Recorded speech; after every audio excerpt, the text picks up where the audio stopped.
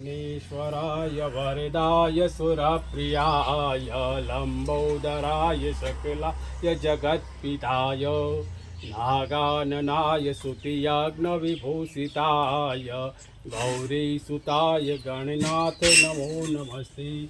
ओम स्वस्ति सुविनाशाख्या धर्मकल्याणवर्धिता विनायकप्रिया नित्यं स्वान् स्वस्ति भवन्तु नमः।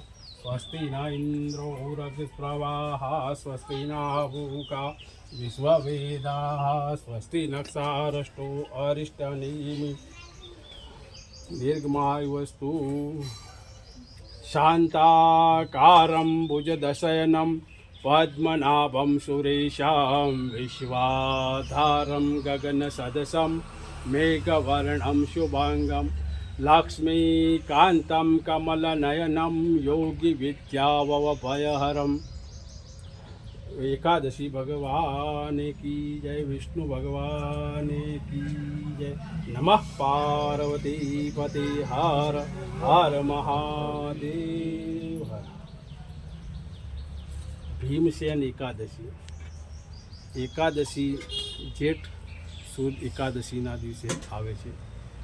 एનું નામ ભીમસેન એકાદશી બી છે, નિર્જલા એકાદશી બી છે। આ પ્રકારના નામ છે। ભીમ કોઈ દિવસ એનો ઉપવાસ કરી જ નહોતો શકતો, એને અઢળક ખાવા જોતું હતું। એટલે એને ભીમે કીધું કે તમારે 24 એકાદશીમાંથી એક એકાદશીનો ઉપવાસ તમારે કરવાનો। તો એમણે કીધું કે હું તો એને ઉઠું ત્યારથી મારે ખાવા જોઈએ, ઉપવાસ હું કરી જ ના શકું। એટલે ભગવાને એને એક દિવસ ઉપવાસ કરવા માટે છૂટ આપી, વરદાન આપ્યું કે એક દિવસ એકાદશીનો ઉપવાસ કર। એને જળ વગરનું ઉપવાસ કર્યું।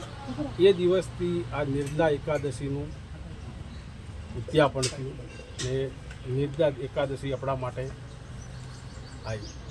એના પછી નિર્જલ એટલે સવારે 6 વાગે જળ પી એના પછી સાંજ સુધી જે આપણે ઉપવાસ કરીએ તો એને આપણે 12 એકાદશીનો ફળ મળે, બરાબર। એનાથી વધારે સવારે જે 6 થી સુધી કરીએ તો 24 એકાદશીનું આપણને ફળ મળે ને વૈકુંઠમાં આપણો વાસ થાય। એટલે આપણે હિન્દુ ધર્મના અંદર બધા એકાદશીનું વ્રત કરવું જોઈએ।